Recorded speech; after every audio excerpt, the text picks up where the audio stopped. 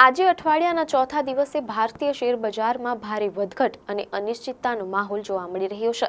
બજાર ખુલતાની સાથે જ સેન્સેક્સ અને નિફ્ટીમાં ગ્રીન અને રેડ ઝોન વચ્ચે ભારે અસ્થિરતા જોવા મળી રહી છે, જેના કારણે રોકાણકારો પણ મૂંઝવણમાં મુકાયા છે। આજના ટ્રેડિંગ સેશનમાં સેન્સેક્સ 77,131ના સ્તરે ખુલ્યા બાદ થોડો ઉપર ગયો, પણ જોતામાં ગગડીને 77,044 સુધી નીચે આવી ગયો। આવી જ હાલત નિફ્ટીની પણ છે, જે 24,073 પર ખુલીને સતત હલચલ મચાવી રહ્યો છે। જો કે અમેરિકા અને ઈરાન વચ્ચેના શાંતિ કરારથી ક્રૂડ ઓઇલના ભાવ ઘટ્યા છે, જે માર્કેટ માટે થોડો રાહતનો સંકેત છે। આવા અસ્થિર માહોલ વચ્ચે પણ કેટલાક શેરોમાં જોરદાર તેજી જોવા મળી રહી છે। લાર્જ કેપમાં ટાટા ગ્રુપનો ટ્રેન્ડ 0.5%, જ્યારે બીઈએલ અને એચડીએફસી બેંક 1%થી વધુના વધારા સાથે ટ્રેડ કરી રહ્યા છે। મિડ કેપમાં નાયકા અને યસ બેંકમાં તેજી છે, જ્યારે સ્મોલ કેપમાં કાર્બોરુનિવ 7% અને રેડિંગ્ટન 5.5% ઉછળીને રોકાણકારોનું ધ્યાન ખેંચી રહ્યા છે।